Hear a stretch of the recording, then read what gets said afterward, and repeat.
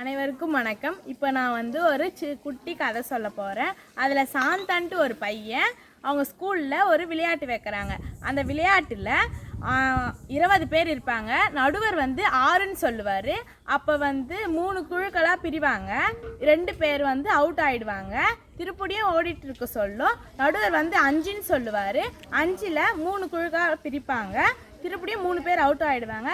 அதுக்கு விளக்கன் சொல்கிறான், நம்ம எப்போ பார்த்தாலுமே நம்ம அவுட் ஆகிக்கிட்டே இருக்குமே, இணைந்து விளையாடுற விளையாட்டு எதுவுமே இல்லையான்ட்டு விளக்கன் சொல்கிறான். அப்புறம் சேர்த்தன் சொல்கிறான், நம்ம சேர்ந்து விளையாடுற விளையாட்டு விளையாடலாம். இப்போ நம்ம அவுட் ஆகி விளையாடுறதுனால எந்த லாபமே இல்லை நம்மளுக்கு. எந்த விளையாட்டு இயற்கையாக அதனால் விளையாட்டு விளையாடலான்ட்டு சேர்த்தன் சொல்கிறான். அதுக்கு இயற்கைன்னு சொல்கிறான், இயற்கையாகவே நம்ம விளையாடலாமே, மனிதர்கள், நாய்கள், பூனைகள், மரங்கள் எல்லாரும் வச்சு விளையாடலாமே.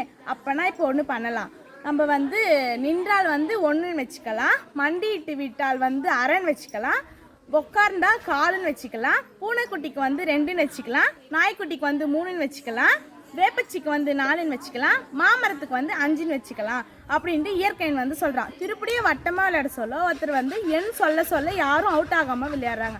அதனால் விளக்கன் ஒரு பாட்டு பாடுறான், விளையாட்டில் கூட விளக்காத சக மனிதனை விளையாட்டில் கூட ஒதுக்காதே, விளையாட்டும் வினையாகும், அப்போது உன்னை நீயே விலக்கி தள்ளுவாயின்ட்டு விளக்கன் பாட்டு பாடிட்டு எல்லாரும் சந்தோஷமாக ஜாலியாக விளையாடிட்டு போயிட்டாங்க. நன்றி.